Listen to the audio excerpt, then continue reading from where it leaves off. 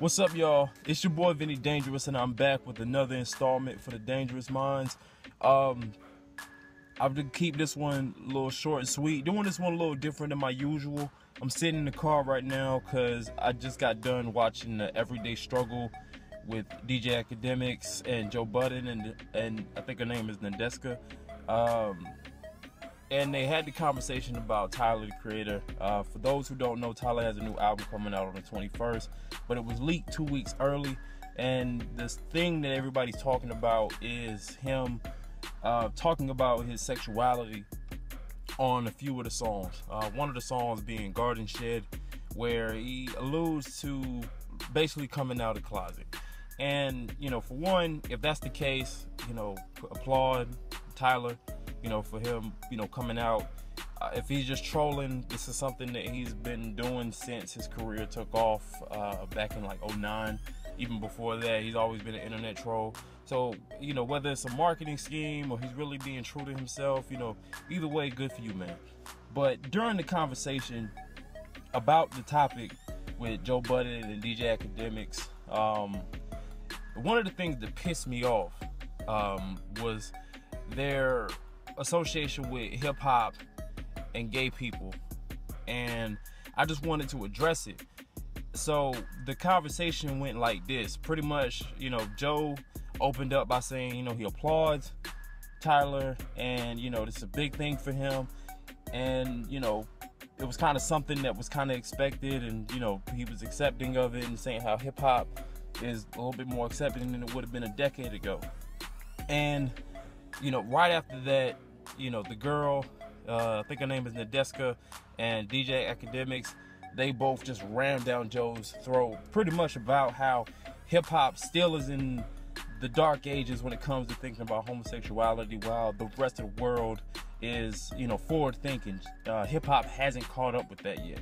And to Joe's point, he was saying that, you know, maybe a decade ago, early in the 2000s, like, if a rapper was even suspected of being gay, people were all over him. They tried to take him out of hip-hop, or, you know, that rapper would have to do everything they could to say that they're not gay, and that, you know, their career would pretty much be over unless they could really, like, fully convince the world that that wasn't the case.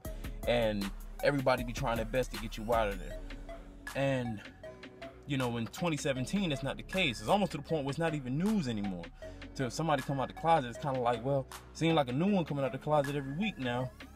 You know, we should just say, hey, we're happy for you, let's move on, type of thing. And the part that pissed me off is just their association with hip-hop when it comes to this situation. So in hip-hop, we've had rappers wearing dresses. We've had rappers wearing blouses that are specifically designed and marketed and sold to women, and people have been okay with it. We got, you know, guys like Young Thug that have been very suspect since the beginning of his career, and he still sells out shows, and he still get acceptance by fans and other rappers. You have Lil Uzi Vert, who's like the new guy on the block. I'm not a fan of him, but I recognize that people do like this guy, people do accept him, and people do rock with him. And, you know, that's just guys that have not come out of the closet but have tendencies. But then we have Frank Ocean, who was brought up in the conversation. And Frank Ocean, when he came out of the closet, even though he's more of a singer than a rapper, he was welcomed by everyone with open arms. He had one of the best received albums that year with Channel Orange when he came out of the closet 5 years ago. And there wasn't people that batted an eye to that situation. So for you to say that, you know, not talking about society, but hip-hop is just not on that, is not saying that it's perfect. There's still rampant homophobia in hip-hop, but as far as the progression between 2007 and 2017 is a whole lot different. And not to say that that's the part that I was upset about. The real thing I was upset about is how hip-hop is always associated with such negative when it comes to the world. Like, people act like hip-hop is in this stagnant place that it was a few years ago when it comes to a lot of things in society, and everybody thinks that hip-hop is just lost in the times. People always want to use hip-hop when it's associated with, well, when people say that, wow, the world is way more accepting to, you know, different things like homosexuality and, you know, things with sexual identity and stuff like that. And people want to say, well, not everybody. They always point to hip-hop.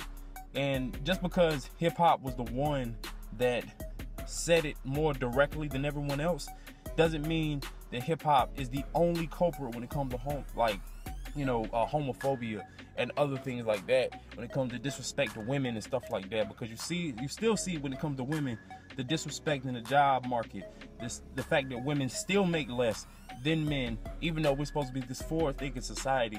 But everybody wants to point to only hip-hop when it comes to situations like that.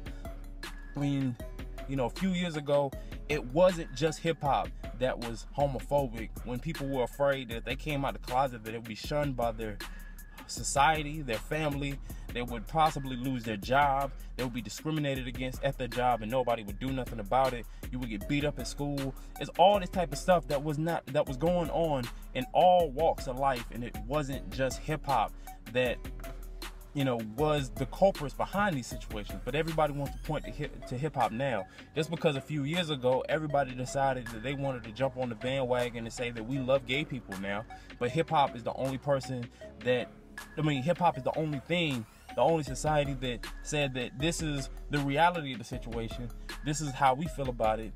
You know, I have no problem with homosexuality, but I do have a problem with people taking, you know, using situations like this as a way to take a dump on hip-hop. And I got a problem with that.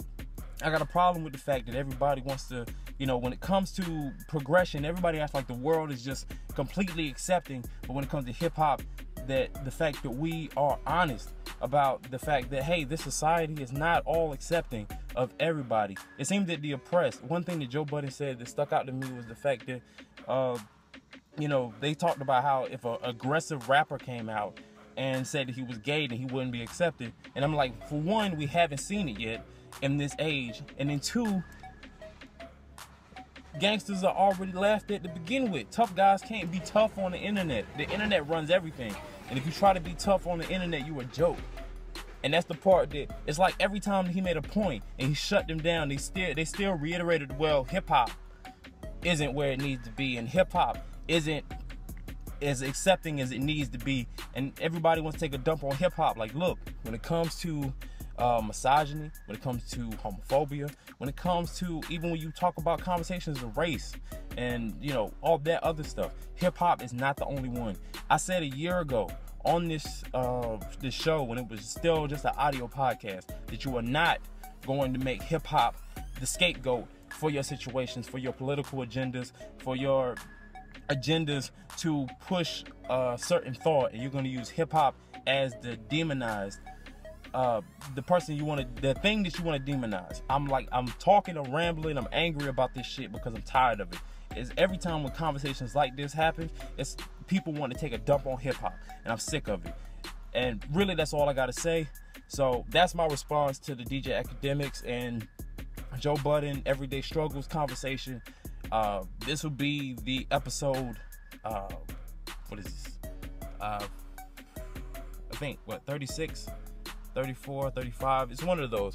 I just want to say that that's my problem with that. And if you got a problem with that, you got a problem with hip-hop, and you want to use that as a scapegoat, just know that I got a problem with you. Because this is hip-hop, this is my life, this is the life of a lot of people, this is something that has saved a lot of lives, and you are not going to demonize it just because you put on the forefront these motherfuckers to fit the agenda, and then turn around and want to use this as a way to push forward your thoughts and agendas and your views on society, and using hip-hop as a scapegoat to rationalize it. So fuck you, fuck how you feel about hip-hop, and y'all better keep hip-hop out your mouth until you put some respect on it. This is Vinnie-Dangerous. Tune in next week. Follow me on the Instagram page. I'm mad, I'm angry. I just wanted to get that out. And peace. Don't worry about it. Y'all promise this is something they ain't heard before. I'm all about giving the people something a little different. Hi-hats,